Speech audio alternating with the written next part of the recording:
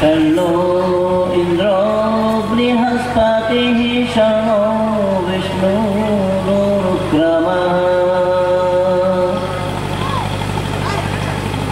आदर और सम्मान के योग्य आर्य समाज के माननीय प्रधान जी, मंत्री जी तथा समस्त कार्यकर्तागण, चंपारण जिला सभा के माननीय प्रधान जी भाई महादेव प्रसाद जी, जिला सभा के सभी कार्यकर्ता और अधिकारी वर्ग, इस सभा में उपस्थित विभिन्न आर्य समाज से आए हुए सभी आर्य समाज के कार्यकर्ता और अधिकारीगण, मंचासीन विद्वत वरेण्य, सभा में उपस्थित धर्मप्रेमी सज्जन वृंद एवं मान्य मातृशक्ति, मेरे लिए यह आश्चर्य की बात है कि मैं पिछले 1983 से चंपारण जिला का दौरा कर रहा हूँ, और वो भी 1-2 दिन का दौरा नहीं, अपितु कंटिन्यू 2-2, 3-3 महीना रह करके प्रचार किया हूँ। लेकिन मैं पहली बार आपके गांव में आया हूँ। इसका मतलब ये है कि चंपारण जिला में अभी भी बहुत से ऐसे आर्य समाज हैं जहां महेंद्र पाल का कदम नहीं पड़े, और मैं दावा के साथ ये कहता भी हूँ, शायद आप लोगों को विश्वास न हो तो मेरे नेट पे भी देख सकते हैं। मैंने अपने नेट पे भी लिख रखा है कि समग्र भारत का दौरा करके मुझे यह पता चला कि एक बिहार प्रांत है, जिस बिहार प्रांत के एक जिला है जिसको चंपारण जिला के नाम से जाना जाता है, जो 2 भागों में बटा हुआ है, पूर्वी और पश्चिमी। पूर्वी और पश्चिमी चंपारण के नाम से जो जिला है, इस जिला के अंदर में जितने भी आर्य समाज हैं, समग्र भारत भर में उतने आर्य समाज कहीं भी नहीं है। और ये केवल कहने की बात नहीं है, जिसका मैं जीते जागता प्रमाण हूँ। इसीलिए मैं अपने वेबसाइट वैदिकज्ञान.in में इस बात को लिखा भी हूँ। कुछ लोगों का ख्याल था अब तक कि पंजाब में ज़्यादा आर्य समाज का प्रचार है। पंजाब के लोगों ने ऋषि देवों को और आर्य समाज को बहुत नज़दीक से जाना, समझा, परखा। वो बिल्कुल ठीक है कि पंजाब के लोग विश्व के आनंद में जहाँ जहाँ गए हैं वहाँ वहाँ उन्होंने आर्य समाज की स्थापना की, चाहे वो भारत में हो या तो और दूसरे कंट्री में हो। विदेशों में भी जहाँ पंजाब के लोग गए हैं वहाँ पर उन्होंने भी आर्य समाज की स्थापना की, और इसी भारत भर में भी जहाँ जहाँ पंजाब के लोग गए हैं वहाँ पर आर्य समाज की स्थापना की। लेकिन मुझे ये कहने के लिए ज़रा सा भी संकोच नहीं हो रहा है, और न ये संकोच की बात है कि सही अर्थों में बिहार प्रांत के अंदर जो चंपारण जिला है, पूर्वी और पश्चिमी दोनों भागों में बटा हुआ है, यहाँ पर पंजाबियों के द्वारा आर्य समाज का प्रचार नहीं हुआ, अपितु उन पंजाबियों से ज़्यादा समझने का, सोचने का प्रयास ऋषि देवन को बिहार प्रांत के चंपारण जिला वालों ने किया है। ये मुझे अपने आप में मैं गौरवान्वित महसूस करता हूँ, क्योंकि मैं निरंतर 83 से चंपारण जिला में आ रहा हूँ। भली भांति यहाँ पर आर्य समाज में घूम घूम करके मैं प्रचार करता रहा हूँ, और यही कारण बना कि अनेक आर्य समाज होने के कारण तो 83 से लेकर के अब तक मुझे यहाँ आने में ये 29 वर्ष समय लग चुके हैं। न मालूम, मुझे ऐसा लग रहा है कि चंपारण जिला में और भी कुछ समाज ऐसी हैं जहां पर मैं अब तक नहीं पहुंच पाया हूं। अब ये मैं उम्मीद में हूं कि शायद हो सकता है मरने से पहले पहुंच जाऊं, तो वो आप लोगों की दया दृष्टि और कृपा दृष्टि होगी। आइए मैं कोई थोड़ी सी चर्चा आप लोगों के सामने लेकर के आया हूं कि विश्व के आनंद में हम जहाँ कहीं भी कदम रखते हैं, जहाँ कहीं भी पहुँचते हैं, जहाँ कहीं भी नज़र दौड़ाते हैं, हमें कई फिरके के लोग नज़र आते हैं, कई जमात के लोग नज़र आते हैं, कई ख्यालात और विचारों के भी लोग नज़र आते हैं, जिन लोगों का ख्याल एक दूसरे से भिन्न है, एक दूसरे से जुदा है और एक दूसरे से टकराती भी है। जहाँ तक मैंने देखा, मानव समाज में विचारों से टक्कर या विचारों में टक्कर या विचारों में एक दूसरे के साथ मतभेद, वह मतभेद मैंने आकाश और पाताल के नाम से मानव समाज में नहीं देखा। मानव समाज में विचारों में जो टक्कर है वो सूर्य और चंद्रमा के नाम से मैंने नहीं देखा। मानव समाज में जो विचारों में टक्कर है वो मानव शरीर में कितने नस नाड़ियां हैं उसे लेकर के भी मैंने नहीं देखा। तो फिर हमने देखा क्या? पता लगा कि मानव समाज में आज अगर विचारों में टक्कर मैंने देखा और दुनिया देख रही है, वो धर्म के नाम से एक दूसरे के साथ लोग मतभेद रखते हैं और ईश्वर के नाम से भी एक दूसरे के साथ लोग मतभेद रखते हैं। लेकिन जहाँ तक मतभेदों की बात है कि धर्म के नाम से एक दूसरे के साथ लोग जो मतभेद रखते हैं, तो क्या धर्म का काम है कि मानव समाज में एक दूसरे के साथ मतभेद पैदा करे?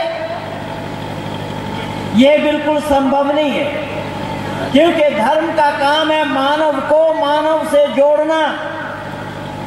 तो आप कहेंगे कि अगर धर्म का काम मानव से मानव को जोड़ना ही है, तो फिर धर्म के नाम से एक दूसरे के साथ मतभेद क्यों है? ये प्रश्न आप लोगों की तरफ से आना बिल्कुल स्वाभाविक होगा। तो मैंने अपने तरफ से उठाया इस सवाल को और समाधान मैं दे रहा हूं कि मैंने निवेदन किया कि धर्म का काम है मानव को मानव से जोड़ना। तो जहां तक धर्म के नाम से एक दूसरे के साथ मतभेद है, उसका मूल कारण ये है कि लोगों ने धर्म क्या है और मजहब क्या है, रिलीजन क्या है, संप्रदाय क्या है, मत क्या है, इसको जानने का प्रयास ही नहीं किया।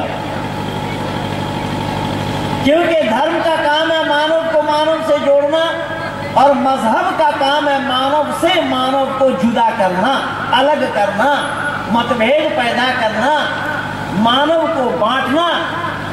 तो आप लोग सोचेंगे ये कैसा संभव हुआ? तो आइए, ये केवल कहने की बात नहीं है, मैं कुछ जीते जाता प्रमाण आप लोग के सामने प्रस्तुत कर रहा हूं। और जो पुराने लोग हैं जो मुझे जानते हैं, तो वो लोग मेरी बीमारी से वाकिफ हैं। मैं एक मरीज आदमी हूँ और मुझे लोगों से पूछने की बीमारी है। तो जो नए लोग हैं जो मेरे संपर्क में आए नहीं अब तक, वो भी ये सोचेंगे कि न मालूम वाकई में ये तो बड़े अच्छे मरीज हैं। खुद इनको बोलना नहीं है, लोगों से पूछते रहते हैं। तो मैं आप लोगों से इसीलिए पूछना चाहूँगा कि मैं आपके प्रांत का रहने वाला नहीं हूँ और न तो मैं भोज जानता हूँ न मैं पूरी जानता हूँ। इसीलिए जो सरल हिंदी में मैं थोड़ा सा बोलने का प्रयास कर रहा हूँ, मेरी बातों को आप लोग समझ पा रहे हैं या नहीं, इसीलिए मैं पूछना चाहूँगा। बाबू विश्वनाथ जी कह रहे हैं कि समझ पा रहे हैं। भाई आप तो समझेंगे इसलिए कि आपके साथ भी मेरा 29 साल से संपर्क है। परमात्मा की असीम अनुकंपा है कि आपके साथ मेरा बड़ा पुराना संपर्क है। जब से मैं चंपारण आने लगा हूँ उस समय से ही संपर्क आपसे है, भले ही आप नेपाल के बाशिंदा क्यों न हो। तो मैंने निवेदन किया, देखना विचार करके कहाँ तक सही है, कि खास तौर से हम बिहार प्रांत के जो रहने वाले लोगों को देखते हैं, भली भांति बिहार प्रांत वालों को मालूम है गौतम बुद्ध का नाम जरूर आप लोग भी सुने होंगे। सुना है भाई आप लोगों ने गौतम बुद्ध का नाम? गौतम बुद्ध कहाँ के थे? आपके नहीं, बोध गया तो वो जाने के बाद ही बोध हुआ।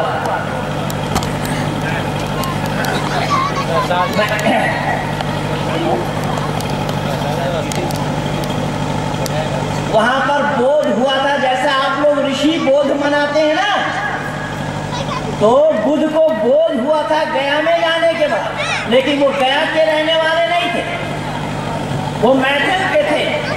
है तो मैंने निवेदन किया कि बिहार प्रांत के लोगों ने भली भांति जाना और उसके नाम से आपने बहुत कुछ बना भी रखा है जो गया के अंदर में। यद्यपि विदेशियों का सहयोग रहा है, लेकिन फिर भी बिहार सरकार का भी उसमें कुछ सहयोग है। तो गौतम बुद्ध को किस नाम से पुकारा है बंधु, आप लोगों ने जरा जल्दी बतलाना। आप लोगों से ही पूछ रहा हूं, पर आप लोगों को मुझसे थोड़ा दूर कर दिया गया। और बहन जी भी शिकायत कर चुकी कि हमें देखने के लिए तो लाइट लगवा दिया, लेकिन आपको देखने के लिए लाइट की व्यवस्था नहीं की हमारे जनरेटर वालों ने। और जनरेटर भी सर पे ऐसा लगाया है कि वो आवाज हमें परेशान कर रही है। आवाज इसको दूर में लगाना चाहिए। इन जनरेटर वालों को भी आवाज नहीं हो पाया कि वो आवाज मंच तक आ सकती है कि नहीं। खैर चलिए, कल सुधार हो जाएगा। मैंने निवेदन किया गौतम बुद्ध को महात्मा बुद्ध के नाम से लोगों ने पुकारा या नहीं बंधुओं? पुकारा। तो महात्मा किनको कहा जाता है? महान आत्मा को। महान आत्मा को। बहुत अच्छी बात है। तो आत्मा को महान बनाने का कुछ तौर तरीका भी है या नहीं है? तो आत्मा को महान बनाने का तरीका क्या है?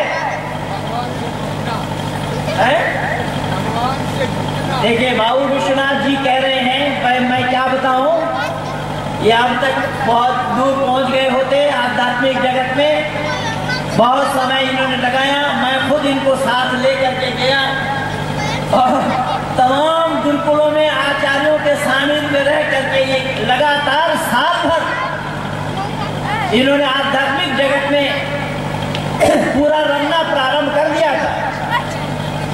लेकिन फिर आ गए हैं उसी कार्य क्षेत्र में। मैं बड़ा शुक्रगुजार हूं, इन्होंने एक शब्द में ही जवाब दिया है कि महान आत्मा वही होते हैं जिन आत्मा के साथ परमात्मा का संपर्क और संबंध हो। सहमत हैं आप सभी लोग? भाई पीछे वाले भी सहमत हैं मेरी बातों से कि इस आत्मा का सर्वांगीण विकास करते हुए इस आत्मा को जो परमात्मा के साथ जोड़ दे, उस आत्मा का नाम क्या हुआ? लेकिन मैं आप लोगों को विश्वास दिला रहा हूँ, बुद्ध के लिए महात्मा कहना पाप है। दुनिया वालों ने इसको इतना जाना है ना समझने का प्रयास किया है। बुद्ध को महात्मा कहना पाप इसलिए है कि बुद्ध ने परमात्मा को माना ही नहीं और वेद को भी नहीं माना है। मनु महाराज लिखते हैं, नास्तिक को वेद निंदा कहा। जो वेद की निंदा करते हैं वो नास्तिक है।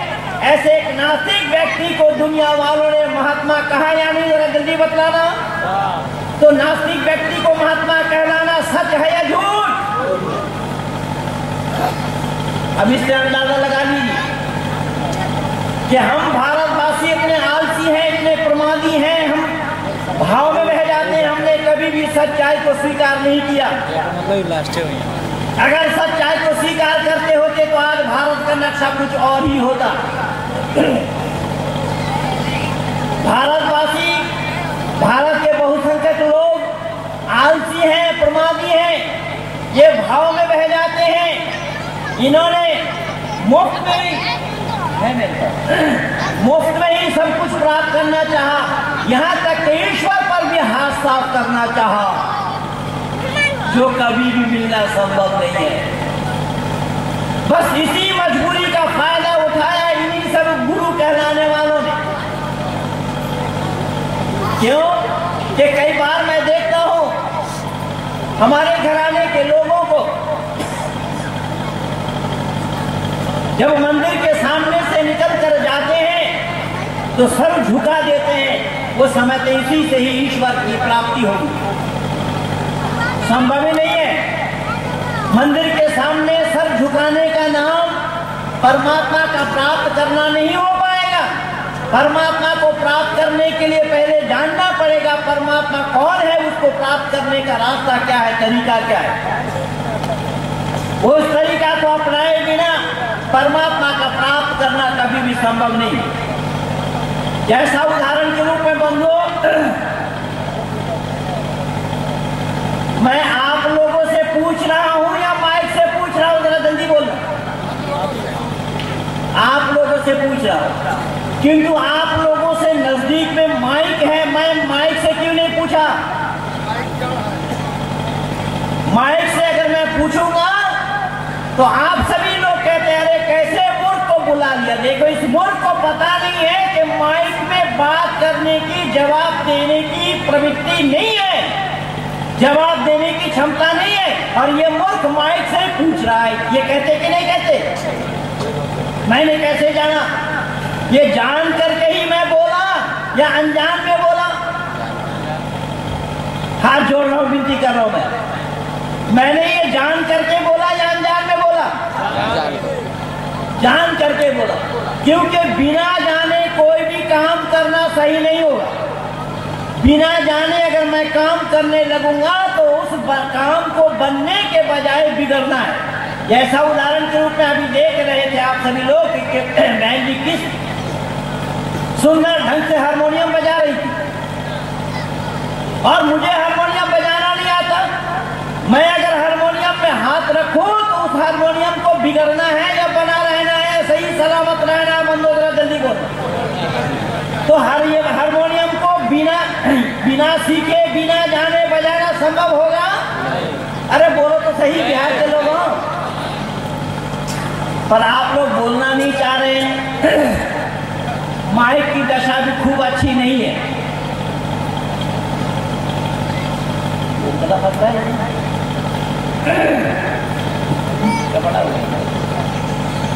तो मैंने निवेदन किया कि मेरी बातों को अगर समझ रहे होंगे तो बोलने में, जवाब देने में टैक्स नहीं लगेगा, पैसा नहीं लगेगा, जेब में हाथ डालना नहीं पड़ेगा, केवल बुद्धिमत्ता का परिचय देना पड़ेगा कि मेरी बात को आप लोग समझ रहे हैं या नहीं। अगर समझ रहे हैं तो जवाब देना चाहेंगे या नहीं देना चाहेंगे? इसीलिए बार बार मैं पूछ रहा हूं, क्योंकि मैं शमशान में बैठ करके बोल नहीं रहा हूं। अगर आप लोग जवाब नहीं देंगे तो मजबूरी में मुझे कहना पड़ेगा कि मैं शमशान में ही बोल रहा हूं, क्योंकि जब आवाज आना नहीं है, और आवाज कहां नहीं आती है? शमशान में ना। तो इसलिए स्थान क्या है? शमशान है या जनसभा है? बहुत सुंदर। देखिए, पढ़े लिखे लोगों के साथ बात करने में कितना मजा आता है। तो मैंने निवेदन किया, बिना जाने किसी काम को करना संभव होगा क्या? तो परमात्मा को जानने के लिए, परमात्मा को पाने के लिए परमात्मा का जानना जरूरी होगा या नहीं? तो बिना जाने कोई परमात्मा को पा सकता है क्या? अभी आचार्य सदानंद शास्त्री जी भी यही बता रहे, क्योंकि कोई भी काम हम करेंगे तो उस काम को करने से पहले हमें जानना पड़ेगा उस काम को कैसा करना चाहिए।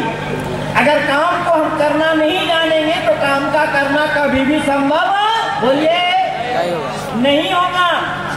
तो अगर मंदिर के सामने में आप सर झुकाते हैं, भले ही आप सर झुका रहे होंगे, लेकिन इसका नाम परमात्मा को पाना नहीं है, और ना इससे परमात्मा को पाया जा सकता है, और ना ही पाना संभव है। कई बार मैं स्कूल में, कॉलेज में पढ़ने वाले बेटे और बेटियों को देखता हूँ कि हमारे बेटियां कॉलेज में पढ़ने के लिए जाती हैं, हनुमान जी के मंदिर के सामने से निकलती हैं और हाथ हिलाकर कहते हैं हाय हनु, यानी उनके पास हनुमान बोलने के लिए भी समय नहीं है। इससे परमात्मा का प्राप्त करना कभी भी संभव नहीं होगा। इसीलिए मैंने निवेदन किया, बुद्ध ने परमात्मा को मानने से इनकार किया, बुद्ध ने परमात्मा को नहीं माना और वेद को भी नहीं माना। मनु महाराज लिखते हैं कि नास्तिक को वेद निंदा कहा, जो वेद को नहीं मानते हैं, जो वेद की निंदा करते हैं, वो नास्तिक है। ऐसे एक नास्तिक व्यक्ति को आज विश्व के आंगन में लोगों ने महात्मा की उपाधि दी या नहीं? बंदो, जरा जल्दी बोलना। ये सही है या झूठ है? एक नास्तिक व्यक्ति को महात्मा कहना सच है या झूठ? लेकिन आज से पहले मेरे ख्याल से, मेरे विचार से आप लोग सुने भी नहीं होंगे सही है या झूठ, क्योंकि कोई बतलाने के लिए आया नहीं है, कोई इन बातों को खोलने के लिए आप लोग के सामने नहीं आया है। और मैं दावा के साथ कह रहा हूं, मैं जो प्रमाण दे रहा हूं या मैं जो बोल रहा हूं, अगर ये झूठ मालूम पड़े, मेरे दिए हुए वक्तव्य में कहीं झूठ प्रतीत हो आप लोगों को, तो जरूर आप रोक लीजिएगा। आगे बढ़ता हूं मैं थोड़े से। और पता लगा कि जिस बुद्ध ने परमात्मा को नहीं माना, केवल बुद्ध को ही महात्मा नहीं कहा गया, अपितु विश्व के आंगन में बहुत ऐसी बातें हुई हैं जो भारत के बहुसंख्यक लोग सही और गलत का निर्णय नहीं ले पाए। जैसा उदाहरण के रूप में अर्जुन ने अपनी जिंदगी में कभी झूठ तक नहीं बोला। उन्होंने अपने बड़े भाई को जुआ खेलने से भी रोका। अर्जुन को हमने क्या कहा? अर्जुन को केवल और केवल वीर कहा गया, वीर बताया गया। और जिन्होंने घर के संपत्ति को जुआ के बाजी में हारा, उससे भी तसल्ली नहीं हुई, घर के कुल वधु को भी जुआ के बाजी में लगा दिया। उन्हें क्या कह रखा आप लोगों ने? जरा जल्दी बोलना। क्या ये जुआड़ी को धर्मराज कहना सही है या गलत? सोचा है कभी आप लोगों ने? सोचने के लिए समय ही नहीं है। आदि सृष्टि में वेद में आया है जुआ खेलना पाप है। परमात्मा उपदेश दे रहे हैं, खेती कर, जुआ मत खेल। जुआ न खेलने के लिए परमात्मा अपने वेद मुकद्दस में मानव मात्र को उपदेश दे रहे हैं। और इसी भारतवर्ष के अंदर में राजा अशुपति भी चिल्ला चिल्ला कर कह रहे हैं, हमारे देश में कोई जुआड़ी नहीं, शराबी नहीं, व्यभिचारी नहीं, चोर तक नहीं है। तो जुआड़ी, शराबी, व्यभिचारी, चोर तक नहीं है, उसी देश में जुआड़ी को धर्मराज कहना ये सही है या गलत? लेकिन आज तक आप लोगों ने पहले भी कभी सुना भी नहीं होगा। मैं दावा के साथ कह रहा हूं कि हमें कहां कहां पाठ गलत पढ़ाया गया, देखिएगा। ठीक इसी प्रकार से हर जगह का पाठ हमें गलत पढ़ाया गया। हमें पाठ पढ़ाया गया, रघुपति राघव राजा राम, पतित पावन सीताराम, ईश्वर अल्लाह तेरो नाम सबको सम्मति।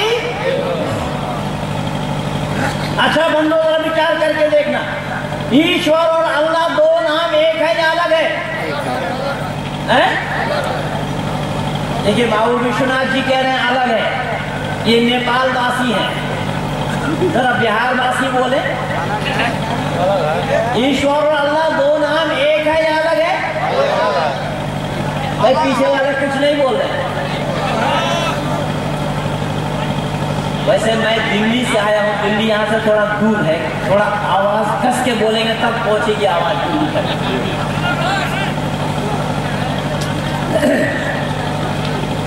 आप देखिएगा, मैं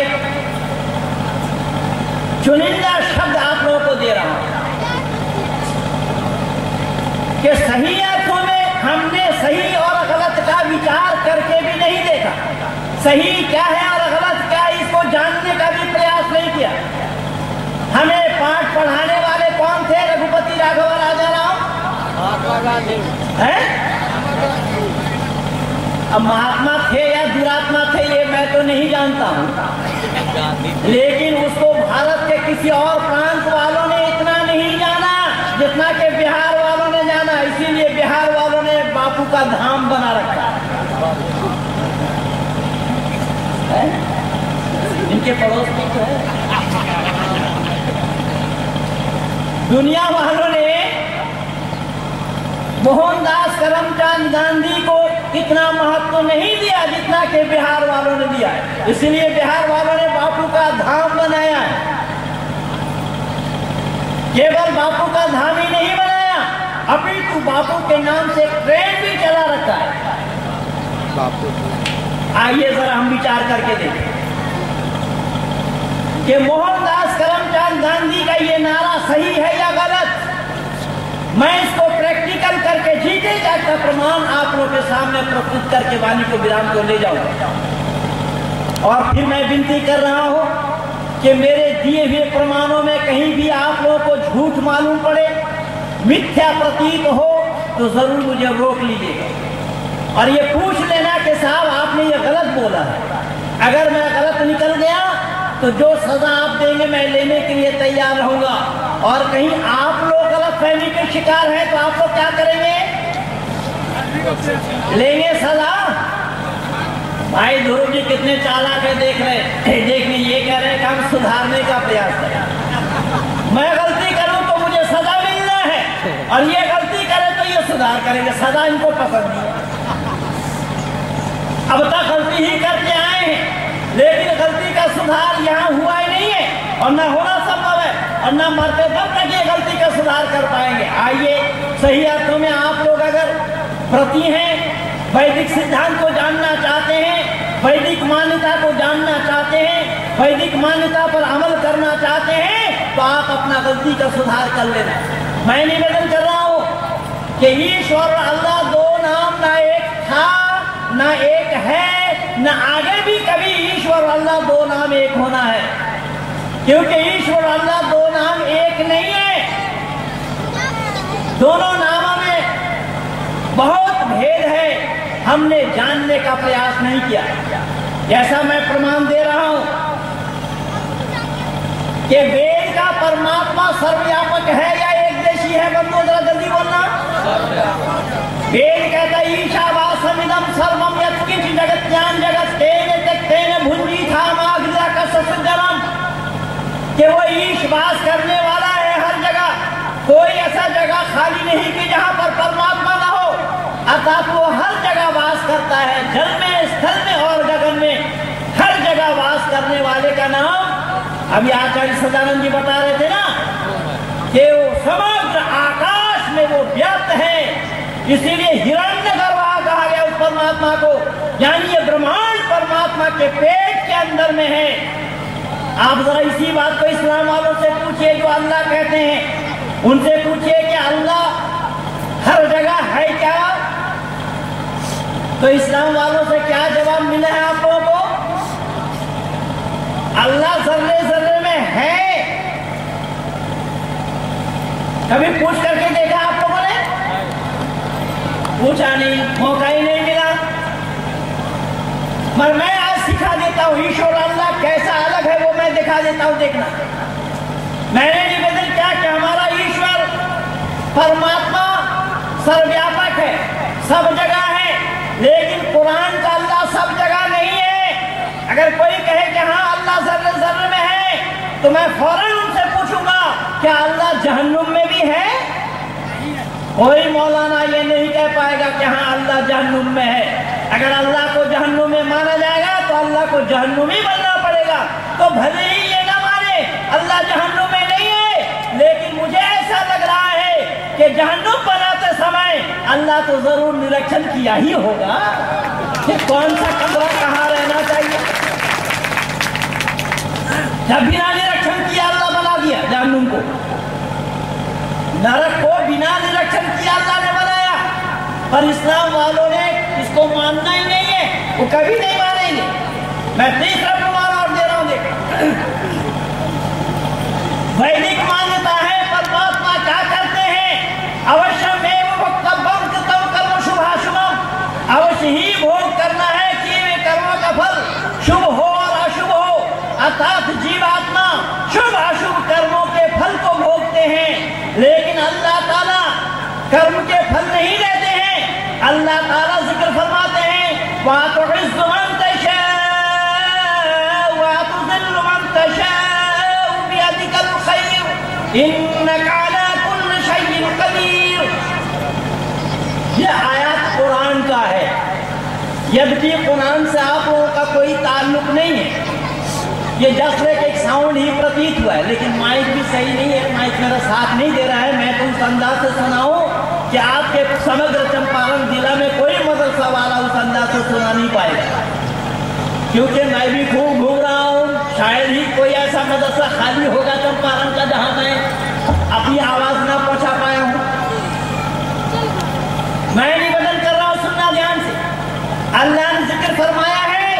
कि वहां तो इज्जतशा वहां तो ज़िल्लतशा बियदिकल खैर इन्नका अला कुल्लि शैइन कदीर। कि अल्लाह ताला जिसको चाहते इज्जत देते हैं और जिसको चाहते हैं बेइज्जत करते हैं। क्यों? कि अल्लाह कादिर मुतलक है, जो चाहता है सो करता है। बंदो, मैं हाथ जोड़ रहा हूं आप लोगों से, विनती कर रहा हूं कि आप में जितने भी मेरे श्रोतागण बैठे हैं, आप लोग अपने मन माने कुछ कर सकते हैं क्या? जो चाहे सो हैं? देखिए पीछे से बहुत जोर से आवाज लगाकर कह रहे बेचारे कोई कि नहीं कर सकते। तो जब एक साधारण मानव में ये अवगुण नहीं है कि जो चाहेंगे सो करेंगे, वो कर नहीं सकते, लेकिन अल्लाह करता है इस काम को, तो अल्लाह को स्वस्थ दिमाग वाला बताया जाएगा या मेंटल बताया जाएगा? अरे बोलो तो सही। मैं नहीं कह रहा, कुरान कह रहा। जो मन में आता है सो करता है, जो एक पागल भी नहीं कर सकता। जैसा उदाहरण के रूप में आप यहाँ सज्जन भी जितने भी बैठे हैं, कोई पूरा वस्त्र खोल सकता है क्या? अरे बोलो तो सही। कोई पूरा वस्त्र नहीं खोल सकता। अगर खोला तो क्या कहेंगे लोग? क्या कहेंगे? पर जैनियों में वही गुरु है। क्या तमाशा बना रखा लोगों ने। मैंने निवेदन किया कि ये मानव समाज में इसी प्रकार से सबने मिलकर के बखेड़ा पैदा किया। धर्म के नाम से बखेड़ा किया, ईश्वर के नाम से बखेड़ा किया, जबकि ईश्वर को दुनिया वालों ने जानने का प्रयास नहीं किया।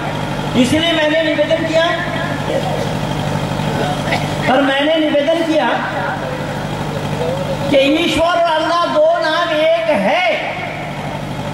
ये मोहनदास करमचंद गांधी कह रहे हैं, लेकिन मुझे आज तक किसी मुसलमानों ने कहा है कि हाँ ईश्वर अल्लाह दो नाम एक है? बिहार के लोगों जरा बोलो तो सही। अरे बापू धाम बनाने वालों जरा बोलो तो सही। नहीं है, आज तक नहीं बोला। मैं निवेदन कर रहा हूं, फिर देखना प्रमाण।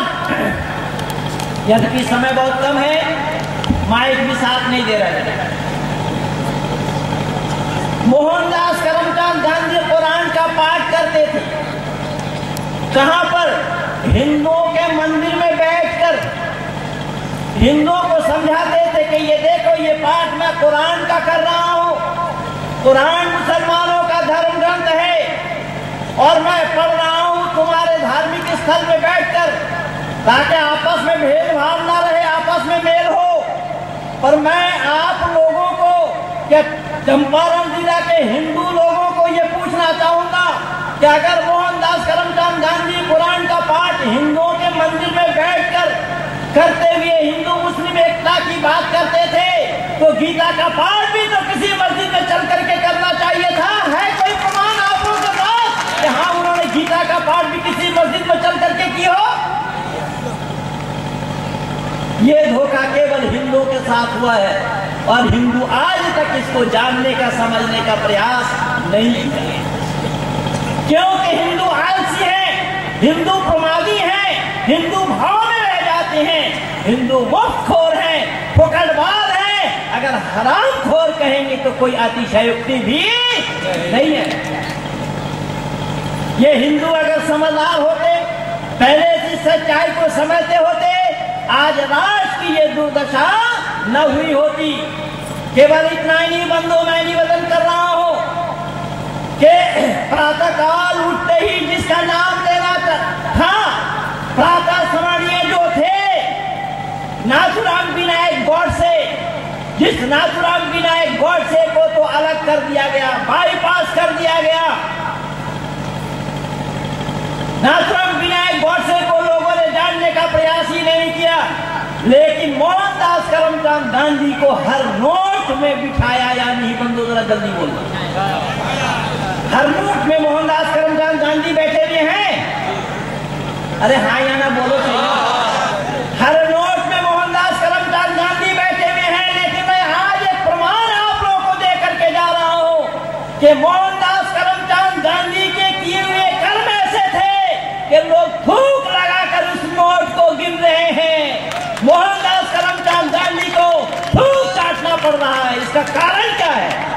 छोड़ो जरा।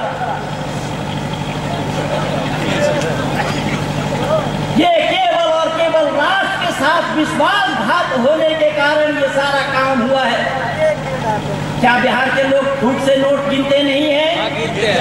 मैं तो अपने बाबू विश्वनाथ जी को उनके आड़त में जब बैठता था तब मैं इनको भी देखा बहुत बार नोट गिनते, उनके काम, उनका काम ही था नोट गिनते। मैं निवेदन कर रहा हूँ, जिस नोट में मोहनदास करमचंद गांधी बैठे हुए हैं उसी मोहनदास करमचंद गांधी पर थूक लगाकर लोग नोट गिन रहे हैं या नहीं बंधुओं? ये किसी के कहने पर नहीं हुआ, ये उसके कर्म ने ही उसी को उस स्तर पर पहुंचा दिया है। ये किसी को बताने की आवश्यकता नहीं पड़ी। लेकिन भारत के लोग कभी भी सच्चाई को जानने का प्रयास नहीं। मैं निवेदन कर रहा हूं, भारत के लोगों ने सच्चाई को जानने का प्रयास नहीं किया। मोहनदास करमचंद गांधी की एक दो बात मैं बताकर विराम के ले जाऊं समय के अंतर्गत। मोहनदास करमचंद गांधी गाय के दूध नहीं पीते थे। वो कह रहे हैं कि मैं गाय का दूध नहीं पीऊंगा। क्यों? बोले गाय दूध देती है बछड़े के लिए, मैं बछड़े का अधिकार नहीं मारूंगा, हक नहीं मारूंगा। तो उन्होंने दूध किसका पिया? बंदो जरा जल्दी बोलो, धाम वालों जरा जल्दी बोलो तो सही। बकरी का दूध पिया। तो बकरी किसके लिए दूध देती है? गाय तो देती है अपने बछड़े के लिए, और बकरी किसके लिए देती है? मोहनदास करमचंद गांधी के लिए। अच्छा बंदे एक बात और देखना जरा, अगर गाय दूध देती है अपने बछड़े के लिए तो गाय कितना बच्चा देती है? जरा जल्दी बोलना। और बकरी कितने बच्चा देती है? एक का हक नहीं मारा पर चार का मार दिया पट्टे ने। दुनिया वालों ने इसको जानने का प्रयास नहीं किया। दुनिया के लोग अगर वाकई में समझदार होते, सच्चाई को जानने का प्रयास करते होते तो आज भारत का नक्शा कुछ और होता। तो हमें पाठ ऐसे लोगों ने ही गलत पढ़ाया है जिसको लोगों ने समझकर सिरमौर का माना है। मोहनदास करमचंद गांधी को लोगों ने राष्ट्रपिता बताया। जब मोहनदास करमचंद गांधी का जन्म नहीं हुआ था तो क्या ये राष्ट्र के लोग अनाथ थे? वो कौन पिता था फिर? लावारिस थे आप लोग। फिर राष्ट्रपिता का क्या तात्पर्य है भाई? इसीलिए याद रखना, राष्ट्रपिता शब्द ही गलत है, क्योंकि राष्ट्र स्वयं पिता है। पालयती का पिता, पालन करने वाले जो पालते हैं, पालन करते हैं, वो पिता कहलाते हैं। अरे उन्होंने अपने बेटे को ही नहीं पाल पाए। उनका एक लड़का हीरालाल गांधी जो मुसलमान बन गया था, अब्दुल्ला गांधी नाम पड़ा था उसका। यही आर्य समाज के विद्वानों ने फिर उस अब्दुल्ला गांधी को हीरालाल गांधी बनाकर मां कस्तूरबा का गोद भरा था। ये है आर्य समाज के इतिहास। मैं क्या क्या बतलाऊं? तो मैं निवेदन करने लगा था कि हमें पाठ ही गलत पढ़ाया गया। पाठ अगर सही पढ़ाया गया होता तो भारत का नक्शा कुछ और होता। मैं जीते जाकर कुछ प्रमाण दे करके विराम दे रहा हूं कि सही अर्थों में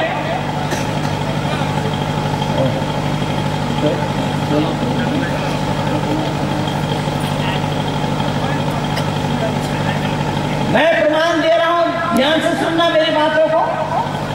और ये प्रमाण आप लोगों को गलत मालूम हो तो रोक लीजिएगा। मैं पहले से ही बता रहा हूं कि ईश्वर अल्लाह तेरो नाम, ये जो बताया गया हिंदू मुस्लिम सिख ईसाई आपस में हम सब, जल्दी बोलो सही। और भाई आपका बनिया देखिए, मैं बनाया नहीं, इसका जीते जाता प्रमाण दे रहा हूं। आंखों देखा हाल बता रहा हूं मैं। बांग्लादेश को किसके सहयोग से आजादी मिली? बंदो जरा जल्दी बोलना है। बांग्लादेश को आजादी किनके बदौलत मिली? भारत के सहयोग से बांग्लादेश को आजादी मिली। लेकिन वही बांग्लादेश राइफल फोर्स वालों ने भारत के 16 सैनिकों को अभी अमानवीय तरीके से मारा या नहीं मारा? भाई बन गए आपके। पूछना सभी राजनेताओं से, जितने भी राजनेता हैं वर्तमान भारतवर्ष के अंदर में, इवन भाजपा तक, सच्चाई को जानने का प्रयास नहीं किया। अगर सच्चाई को ये, मेरे शब्द पर ध्यान देना, बांग्लादेश को आजादी मिली मुजीबुर रहमान के बदौलत। मुजीबुर रहमान ने बांग्लादेशी 10 करोड़ मुसलमानों को आजादी दिलाने के लिए भारत का सहयोग लिया और भारत ने नामालूम कितने धन उसके पीछे व्यय किया, कितने सैनिकों को गंवाए। इतना सब कुछ होने के बाद भी फरक्का बांध के पानी को लेकर बांग्लादेश कई बार आंख दिखा चुकी। 3 बीघा वाला कांड अभी भी समाप्त नहीं हुआ है। अभी जब हमारे राष्ट्रपति बांग्लादेश गए थे प्रणब मुखर्जी, तो अभी वह तीस्ता का भी मामला सामने आया है। मैं निवेदन कर रहा हूं कि जिस भारत से बांग्लादेश को आजादी मिली, जिस भारत के सहयोग से बांग्लादेश को आजादी मिली, वही बांग्लादेश राइफल फोर्स वालों ने भारत के 16 सैनिकों को मारने में जरा सा भी संकोच किया क्या? नहीं किया। तो फिर आप कैसे ये नारा लगा रहे हैं भाई भाई का? आश्चर्य की बात मैं बता रहा हूं कि भारत के साथ आज तक नेपाल का झगड़ा हुआ। अरे जल्दी बोलो बिहार के लोगों, भूटान का झगड़ा हुआ, लेकिन आए दिन बांग्लादेश और पाकिस्तान के साथ क्यों हो रहा है? सोचा है कभी? आज 20-22 वर्षों से भारत के लोग पाकिस्तानी आतंकवादियों को झेल रहे हैं या नहीं? जरा जल्दी बोलना। अभी क्या हुआ? अभी अफजल गुरु को फांसी दी गई। अफजल गुरु को फांसी देने के बाद जम्मू कश्मीर में क्या हुआ? जम्मू कश्मीर के मुख्यमंत्री ने हमारे सैनिकों को हथियार दे दिया और उनके हाथ में गुलेल पकड़ाया। ये जान रहे हैं कि नहीं बिहार के लोग? नहीं जानते, क्योंकि बिहार में तो पाकिस्तान में लगा हुआ है। जानने का क्या मतलब? मैं निवेदन कर रहा हूं कि सच्चाई से कोसों दूर है आप लोग, और आप लोगों ने कभी भी सच्चाई को जानने का प्रयास नहीं किया। मैं निवेदन कर रहा हूं कि जिस बांग्लादेश को भारत के सहयोग से आजादी मिली, वो बांग्लादेश राइफल फोर्स वालों ने भारत के 16 सैनिकों को अमानवीय तरीके से मारा। उन दिनों में भारत के प्रधानमंत्री माननीय अटल बिहारी वाजपेयी और आडवाणी ये प्रचार कर रहे थे कि शेख हसीना माफी मांगने के लिए आ रही है। शेख हसीना विदेश गई हुई थी उन दिनों में, वहां से सीधा बांग्लादेश लौटी। बांग्लादेश लौटने के बाद फौरन चुनाव हुआ, शेख हसीना का तख्ता पलट हो गया। खालिदा जिया मुस्लिम लीग से वहां पर चुन करके आई, उन्होंने अंगूठा दिखा दिया भारत को। भारत के राइफल फोर्स वालों ने कहा, ऐ भारत में राज करने वाले काफिरों, बांग्लादेश राइफल फोर्स वालों ने कहा, ऐ भारत में राज करने वाले लोगों, आपने भुला रहे क्या?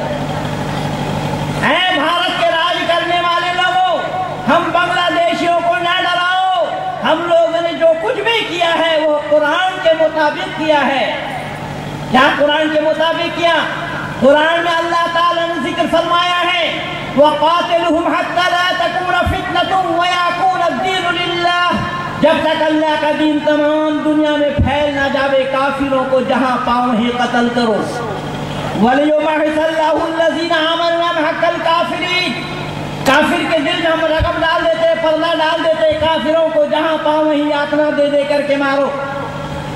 वक़ातिलू फी सबीलिल्लाहि अल्लज़ीना युक़ातिलूनकुम वला तअतदू इन्नल्लाहा ला युहिब्बुल मुअतदीन। वक़्तुलहुम हैसु साक़िफ्तumuhum वअख़रिजुहुम मिन हैसु अख़रजतुकुम वल फितनतु अशद्दु मिनल क़त्ल वला तुक़ातिलू इनदल मस्जिदिल हराम। कुरान में अल्लाह ने जिक्र फरमाया, काफिरों को जहां पाओ उनका रास्ता रोक लो, उनको आगे निकलने मत देना, और ऐसा मारो जिससे कि उसको तकलीफ हो, यानी यातना दे दे करके मारो। बांग्लादेश राइफल फोर्स वालों ने जो हमारे भारत के 16 सैनिकों को मारा, किसी का हाथ काटा गया, किसी का पांव काटा गया, किसी का हाथ निकाला गया, किसी को नजदीक से गोली मारी गई, किसी को अग्नि से दागा गया। यही कारण था कि सभी पत्रकारों ने सभी पत्रिकाओं में अमानवीय तरीके से लिखा, और कुरान का कहना है कि काफिर को मारना है मानना है। बांग्लादेश राइफल फोर्स वालों ने साफ शब्दों में भारतवासियों को बता दिया कि हम लोग माफी मांगने वाले नहीं हैं। हम लोगों को क्यों डरा रहे हो? तुम भारत के लोग केवल वेद में पढ़ते हो वीर भोग्या वसुंधरा। हम बांग्लादेशियों ने सुना तुम्हें भारतवासियों से, उस पर अमल हमने किया तो लाभ हमें मिलेगा या तुम्हें मिलेगा? तुमने तो पढ़ करके वेद को ताक पर उठा कर रख दिया कि वसुधा को भोग सकता है वीर, लेकिन तुम लोग वीर बन नहीं सकते। तुम्हारे मुकाबले में हम बांग्लादेशी कुछ भी नहीं है, लेकिन हम बांग्लादेशियों की हिम्मत देखो कि तुम्हारे 16 सैनिकों को मारने में हमने जरा सा भी संकोच, अरे बोलो तो सही, नहीं किया। बोले केवल इतना नहीं, तुम भारतवासियों के मर्दानगी को हमने बहुत नजदीक से देखा। बोले क्या देखा? बोले लाल किला के अंदर में आतंकवादी डाल करके दिखा दिया। बापू धाम वालों जरा बोलो तो सही, दिल्ली के लाल किला के अंदर में आतंकवादी घुसे थे या नहीं? घुसे थे। मैं हाथ जोड़ रहा हूँ, विनती कर रहा हूँ, अगर मैं झूठ बोल रहा हूँ तो मुझे रोका जाए। दिल्ली के लाल किला के अंदर में आतंकवादी घुसे थे या नहीं? घुसे थे। बांग्लादेश राइफल फोर्स वाले कह रहे हैं कि हमने जम्मू तवी स्टेशन पर गोलियों का बौछार करके दिखाया, जम्मू कश्मीर विधानसभा के अंदर में बमबाज करके दिखाया, रघुनाथ मंदिर को ध्वस्त करके दिखाया, नाथद्वारा मंदिर को तोड़ करके दिखाया, गोधरा कांड करके दिखाया, ट्रेन के डिब्बे में गेट बंद करके हिंदुओं को आग लगाने में हम लोगों ने जरा सा भी संकोच नहीं किया। अरे बोलो तो सही बिहार के लोगों। और मैं बिहारी कहूंगा तो नाराज हो जाओगे आप सभी, जबकि अटल के नाम के साथ बिहारी लगा है, वो नाराज नहीं होता कभी। मैं बंगाल का हूँ, लोग मुझे बंगाली कहते हैं, मैं कभी नाराज नहीं होता। जो महाराष्ट्र के हैं उसको मराठी बोलो, वो नाराज नहीं होते, लेकिन बिहार वालों को बिहारी बोलो तो ये नाराज होता, पता नहीं क्यों, समझ में नहीं आती बात क्या है। मैंने निवेदन किया, बांग्लादेश राइफल फोर्स वालों ने कहा, ऐ भारत में राज करने वाले काफिरों, कि तुम लोग बिल्कुल नादान हो, तुम्हें अकल नाम की कोई चीज नहीं है। बोले देखो, ऐसा मंदिर तुम्हारा तोड़ा भारत के अंदर में, गुजरात प्रांत के अंदर में, उस मंदिर को गुजरात से उठा करके तुम्हें दिल्ली लाना पड़ा, जिसको तुम अक्षरधाम कहते हो। उस अक्षरधाम के दर्शन के लिए जाओगे तो जेब में तुम्हारा 1500 रुपया होना चाहिए। बोले केवल इतना ही नहीं, तुम भारत के लोग आलसी हो, तुम भारत के लोग प्रमादी हो, तुम भारतवासियों ने कभी भी जानने का प्रयास नहीं किया। बोले जहां बोलोगे वहीं हमने चैलेंज करके दिखा दिया। तुम्हारे सांसद पे गोलियों का बौछार नहीं किया गया क्या? अभी जो अफजल गुरु को फांसी लगा, इससे पहले कसाब को भी फांसी दी गई। एक सांसद भवन पे गोलियों का बौछार करने के कारण ही तो था।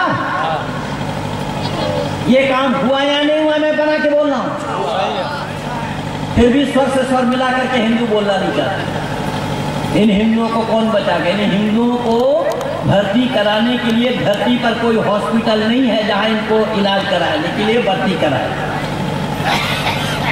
ये हिंदू इतना आलसी है, इतना प्रमादी। केवल इतना नहीं याद रखना, बांग्लादेश राइफल फोर्स वालों ने बोला कि तुम लोग अकल के अंधे और गांठ के पूरे हो। बोले जो लोग गोलियों का बौछार करने के लिए संसद में गए थे, बोले जिस गाड़ी से गए थे वो गाड़ी भी तुम्हारी थी, जिस वर्दी में गए थे वो वर्दी भी तुम्हारी थी, जो आइडेंटिटी कार्ड उनके पास था वो आइडेंटिटी कार्ड भी तुम्हारा ही था। बोले बोलो इससे बड़ा चैलेंज क्या दिया जाए? समझ में आ रही है बात? कुछ समझ में आती कहाँ? समझ में आती होती तो 29 साल लग जाता महेंद्र पाल को बुलाने में। मैंने निवेदन किया, सुनना मेरी बातों को ध्यान से। बांग्लादेश राइफल फोर्स वालों ने कहा कि तुम भारत के हिंदू सोच भी नहीं सकते हो कि हमने मुजीबुर रहमान को क्यों मारा। ये जिस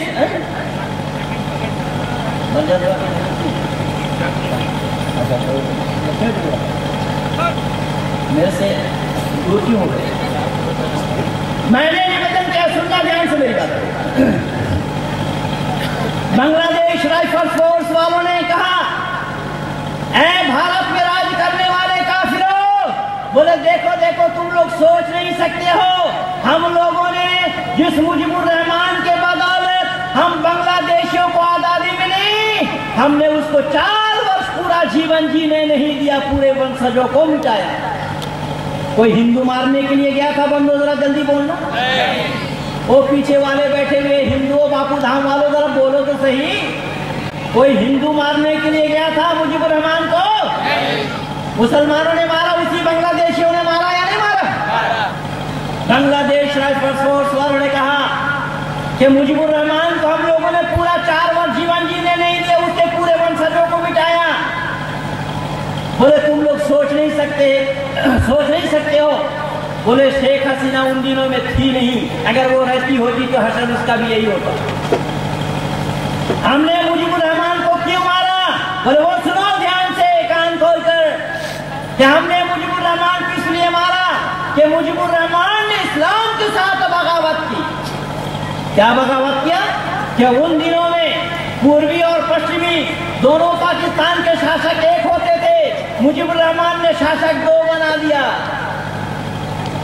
सही है या गलत? सही है। मुजीबुर रहमान ने शासक 2 बना दिया, ये इस्लाम के साथ बगावत था, इसलिए हमने मुजीबुर रहमान को मारा। बोले वो भारत में राज करने वाले काफिरों, किस मुजीबुर रहमान को हम लोगों ने मारा? जरा ध्यान से सुनो। बोले उस मुजीबुर रहमान को मारा जिस मुजीबुर रहमान के और हम बांग्लादेशियों के कलमा एक, क्या है? बोले कलमा एक, नमाज एक, रोजा एक, ज़कात एक, हज एक, कुरान एक, इस्लाम एक, इस्लाम का अरकान भी एक है। यानी सब जगह एकता होने के बावजूद भी जब हम लोग मुजीबुर रहमान को मार सकते हैं तो तुम लोग किस खेत के मूली हो? समझ में आ रही है बात? कुछ बापू धाम वालों की समझ में नहीं आएगी बात?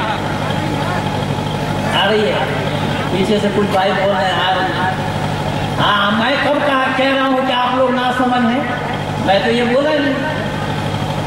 बंधुओं, मैं निवेदन ये करने लगा हूँ कि हमने सच्चाई को जानने का प्रयास नहीं किया।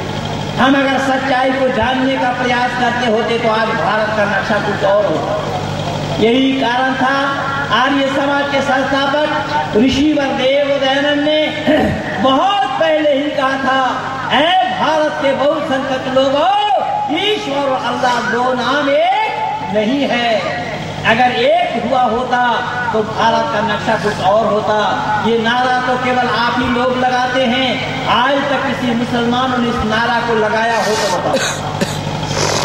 लगाया है?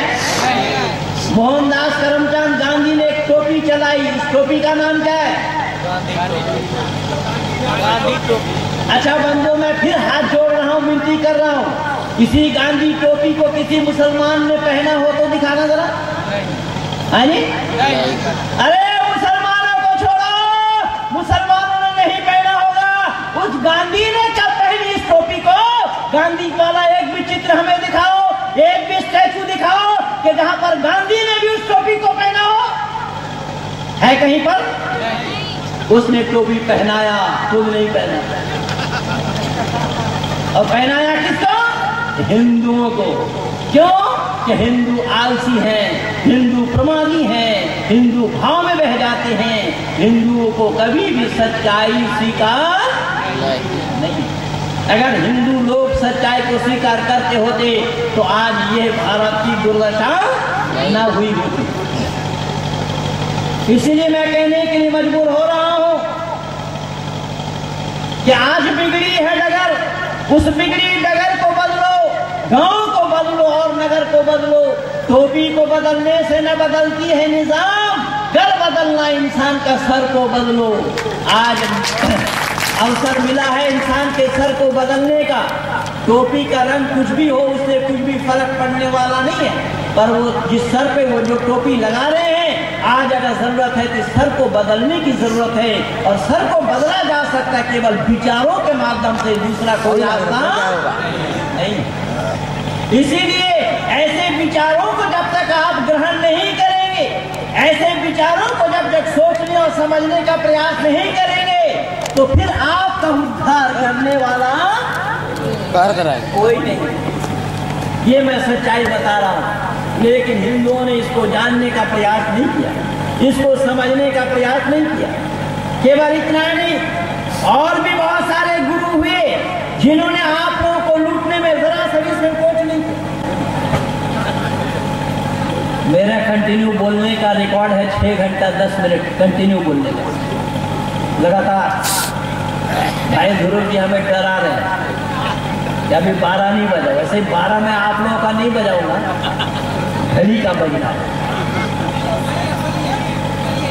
चले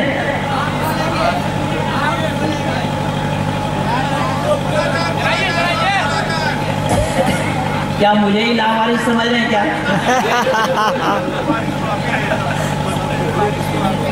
मैं सुन रहा हूं तो मुझे लावारिस समझ करके बोलने से बंधु सुनना मेरी बातों को ध्यान से।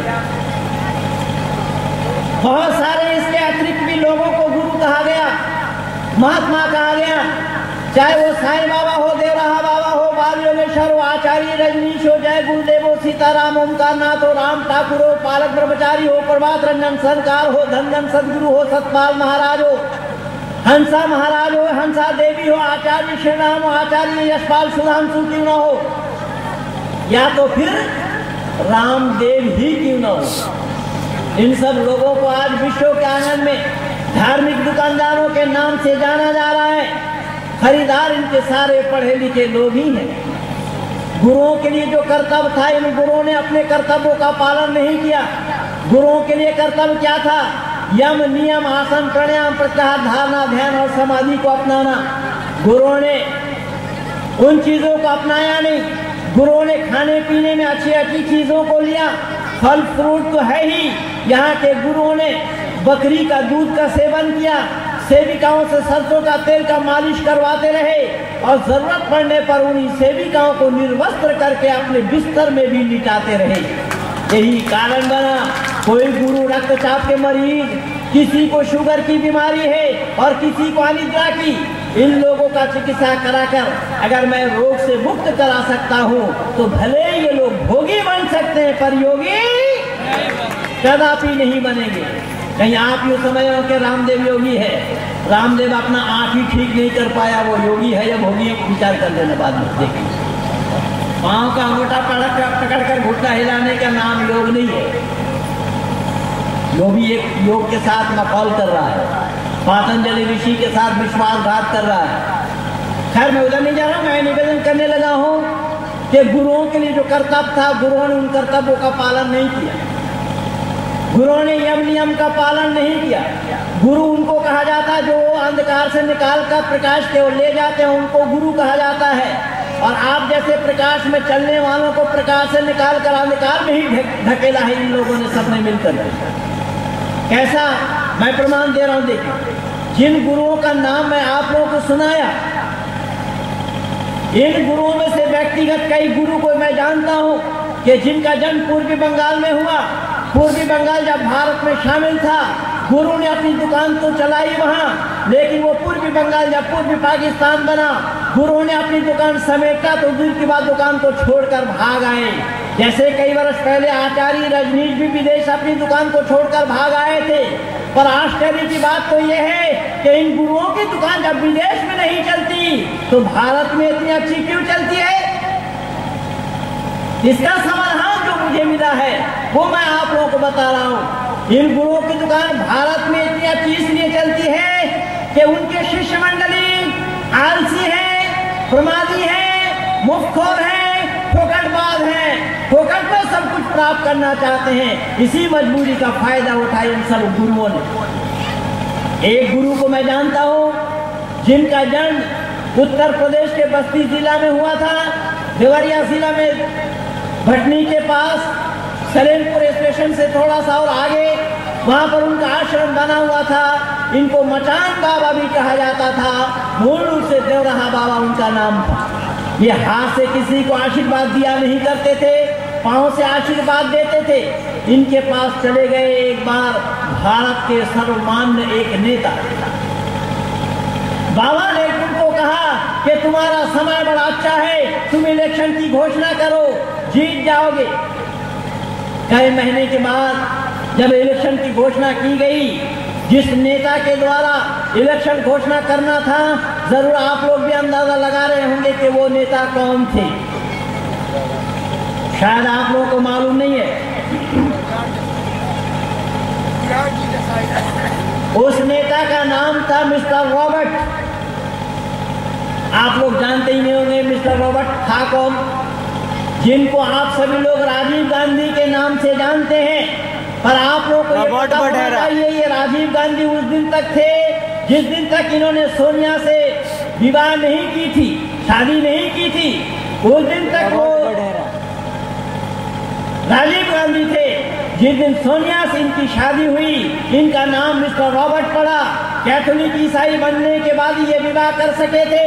यही कारण बना था कि सोनिया गांधी को भारतीय नागरिकता लेने के लिए 1-2 वर्ष नहीं 15 वर्ष का समय अतिबाहित करना पड़ा।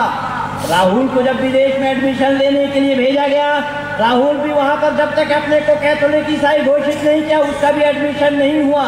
अच्छा बंधुओं, मैं निवेदन कर रहा हूं आप लोगों से कि सोनिया गांधी ने अपनी लड़की की शादी कहां कराई? कराई तो मुरादाबाद में, लेकिन किससे कराई? क्रिश्चियन से। क्रिश्चियन से। अब रबर है या प्लास्टिक है ये तो मैं जानता नहीं हूँ, लेकिन वो हिंदू है क्या? नहीं है, ईसाई है। तो पता लगा कि जिस राहुल को देखे इन लोगों की भी बुद्धि मारी गई, कांग्रेसियों की भी, ये कह रहे हैं। और उसके साथ साथ आपके लालू प्रसाद जी भी शामिल हैं। ये नेहरू खानदान बताया जाता है, इनको नेहरू परिवार बताया जाता है। मैं हाथ जोड़ करके विनती कर रहा हूँ, नेहरू के नाम के आगे पीछे क्या लगता है? बंधु जरा जल्दी बोलना, थोड़ा जोर से बोलिए। बच्चे सब बोल रहे हैं पर बच्चे के पिता लोग मौन है।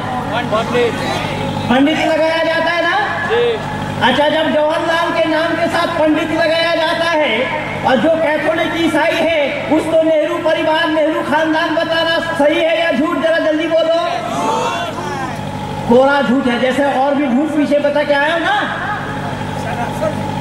ये भी बिल्कुल कोरा झूठ है। केवल इतना नहीं, मैं इन कांग्रेसियों को ये निवेदन कर रहा हूँ और साथ साथ लालू मुलायम से भी ये निवेदन कर रहा हूँ, अगर नेहरू का खानदान बताना था तो वरुण गांधी को बोलते। वरुण गांधी तो उसी खानदान का है जो हिंदुत्व के लिए मरने मिटने के लिए तैयार है। क्या वो नेहरू खानदान का नहीं है? लेकिन जो ईसाई है, प्रदर्शित कर रहा है ईसाइयत का खुले बाजार में, फिर भी उनको पंडित का परिवार कहा जा रहा है। बताए, चुल्लू भर पानी में डूब मरना चाहिए था इन शर्मा को, तिवारी को, चतुर्वेदी को, शुक्ला को और पाठक को जो उनके साथ लगे हैं। कभी भी इन्होंने सच्चाई को जानने का प्रयास नहीं किया कि सच है क्या। इसीलिए मैं निवेदन करने लगा हूं, सुनना ध्यान से। यही मिस्टर रॉबर्ट गए थे बाबा देवराहा बाबा के पास। देवराहा बाबा ने कहा कि तुम्हारा समय बड़ा अच्छा है, इलेक्शन की घोषणा करो, जीत जाओगे। और उसी बार इलेक्शन में ऐसी हार हुई, किसकी? मिस्टर रॉबर्ट की, यानी राजीव गांधी की। और उस बार प्रधानमंत्री बन गए थे मिस्टर ब्लड प्रेशर सिंह। आप बिहार वालों को शायद मालूम नहीं है ब्लड प्रेशर सिंह कौन? मुलायम सिंह यादव। अब वो भी नहीं रहे, उनको वीपी नहीं कहा जाता था, बीपी कहा जाता था, इसलिए बी से ब्लड, पी से प्रेशर लिया उन्होंने। विश्वनाथ प्रताप सिंह प्रधानमंत्री बन गए। लेकिन मैं कुछ और बताना चाहता हूं आप लोगों से। मैं पूछना चाहता हूं उन लोगों से जो अपने को किसी का हाथ देख करके इलेक्शन जीतने के लिए भविष्यवाणी कर सकते हैं, उन लोगों से मैं पूछना चाहता हूं, आप में से कौन ऐसे गुरु थे जिन्होंने भविष्य भविष्यवाणी में हमें ये बताया हो कि भारत का आधा हिस्सा पाकिस्तान बनने वाला है? क्या कौन ऐसे दूरदर्शी गुरु थे जिन्होंने भविष्यवाणी में हमें ये बताया हो कि राम मंदिर तोड़कर कभी बाबरी मस्जिद बना दी जाएगी? क्या कौन ऐसे दूरदर्शी गुरु थे जिन्होंने भविष्यवाणी में हमें यह भी सुनाया हो कि काशी विश्वनाथ मंदिर को तोड़कर शिवलिंग कुआं में डाल दिया जाएगा, आधा हिस्से में मस्जिद बना दी जाएगी? क्या कौन ऐसे दूरदर्शी गुरु थे जिन्होंने भविष्यवाणी में हमें यह बताया हो कि कंस के कारागार कृष्ण के जन्म स्थान को तोड़कर मस्जिद में परिवर्तन करा दिया जाएगा? कौन ऐसे दूरदर्शी गुरु थे जिन्होंने भविष्यवाणी में हमें यह बताया हो कि दिल्ली के लाल किला के अंदर में कभी आतंकवादी घुस जाएंगे? कौन ऐसे दूरदर्शी गुरु थे जिन्होंने भविष्यवाणी में हमें यह भी बताया हो कि रघुनाथ मंदिर को ध्वस्त कर दिया जाएगा, नाथद्वारा मंदिर को तोड़ दिया जाएगा, गोधरा के अंदर में रेल के डिब्बे में बंद करके हिंदुओं को आग लगा दी जाएगी? कौन ऐसे दूरदर्शी गुरु थे जिन्होंने भविष्यवाणी में हमें यह भी बताया हो कि संसद में भी गोलियों का बौछार किया जाएगा? या कौन ऐसे दूरदर्शी गुरु थे जिन्होंने भविष्यवाणी में हमें यह भी बताया हो कि भारत के प्लेन को हाईजैक कर लिया जाएगा, काठमांडू से उड़ान भर करके लखनऊ, लखनऊ से अमृतसर, अमृतसर में फ्लाइट रुकी रहेगी, इन लोगों से टायर पंचर तक भी नहीं हो पाएगा, उस फ्लाइट को उड़ा करके ले जाया जाएगा काबुल और कंधार तक?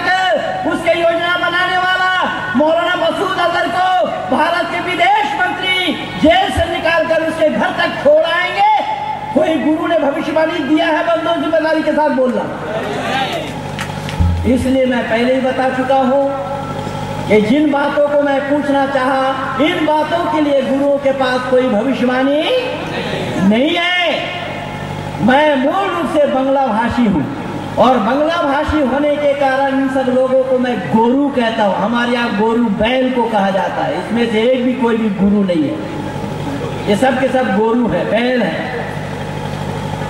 अगर ये गुरु होते तो अंधकार से निकाल कर प्रकाश की ओर ले जाते, लेकिन ये सब ने मिलकर के अंधकार के तरफ ही ढकेला है। पाठ आप लोगों को गलत पढ़ाया गया। अगर पाठ सही पढ़ाया गया होता तो भारत का नक्शा कुछ और ही होता। लेकिन दुर्भाग्य है भारत के बहुसंख्यक वालों के लिए कि भारत के बहुसंख्यक लोग भी सच्चाई को जानने का प्रयास आज भी कर रहे हैं। क्या नहीं किया तो मैं पास्ट टेंस में बोल रहे हैं, लेकिन वर्तमान में बोल दिया ना जरा। आज भी कर रहे हैं क्या? आज अगर करते होते तो जितना नगर कीर्तन हम लोग घूम करके आए ना, यहाँ पर जगह देना भारी होता। आज भी कौन सुनने के लिए तैयार है सच बात को? आज भी इस पे अमल करने के लिए लोग कहाँ तैयार हैं? क्यों?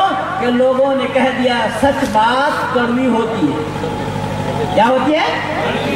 अच्छा बंधु, मैं आप लोगों से ही प्रार्थना कर रहा हूं कि मुझे खाने को रसगुल्ला दिया गया, वैसे इस समय नहीं, मैं सुबह से ही खा रहा हूं। अच्छा, रसगुल्ला को खाकर मैं अगर उसको कड़वी बोलूं तो क्या बोलेंगे आप सभी लोग? जायका बिगड़ गया तो डॉक्टर बोल पाएगा, बिना डॉक्टर का नहीं बोल पाएगा जायका बिगड़।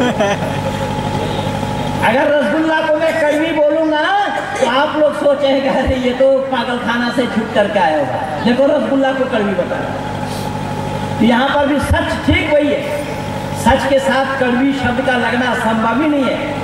लेकिन सच को कहना, सच को जानना, सच पे अमल करना, ये विनय ही लोगों का काम है। कलेजा चाहिए सच को बोलने के लिए, कलेजा चाहिए सबको सुनने के लिए, कलेजा चाहिए सब पे अमल करने के लिए। लेकिन सच्चाई से लोग को तो दूर है, लोग पल्ला झाड़ देते, अरे छोड़ो क्या पड़ा है। ये सब अनर्थ हो रहा है और ये अनर्थ आप किसी और के साथ नहीं कर रहे हैं, या अपने आप में ही अनर्थ कर रहे हैं और आने वाली संतानों के साथ भी आप सभी अनर्थ कर रहे हैं। आप अपनी संतानों को क्या छोड़ करके जा रहे हैं, क्या दे करके जा रहे हैं, कौन से विचार आप उन्हें दे करके जा रहे हैं, आपको खुद को पता ही नहीं लग पा रहा है। इसीलिए दुर्भाग्य है इस देश का, इस भारत के बहुसंख्यक वालों का कि भारत के बहुसंख्यक लोग कभी भी सच्चाई को सुनना। बैठिए, तुरंत गाड़ी जाने वाले बैठिए आप लोग। मैंने निवेदन किया कि कभी भी सुनना पसंद नहीं करते हैं। अगर सच्चाई को सुनना पसंद करते होते तो भारत का नक्शा कुछ और होता। मैं कहने के लिए मजबूर हो रहा हूं कि भारत का कुछ नहीं बिगाड़ा दुश्मनों की तलवारों ने, भारत को बर्बाद किया है भारत के ही गद्दारों ने। भारतवर्ष के अंदर में अगर गद्दार किस्म के लोग न होते तो आज भारत का नक्शा कुछ और होता।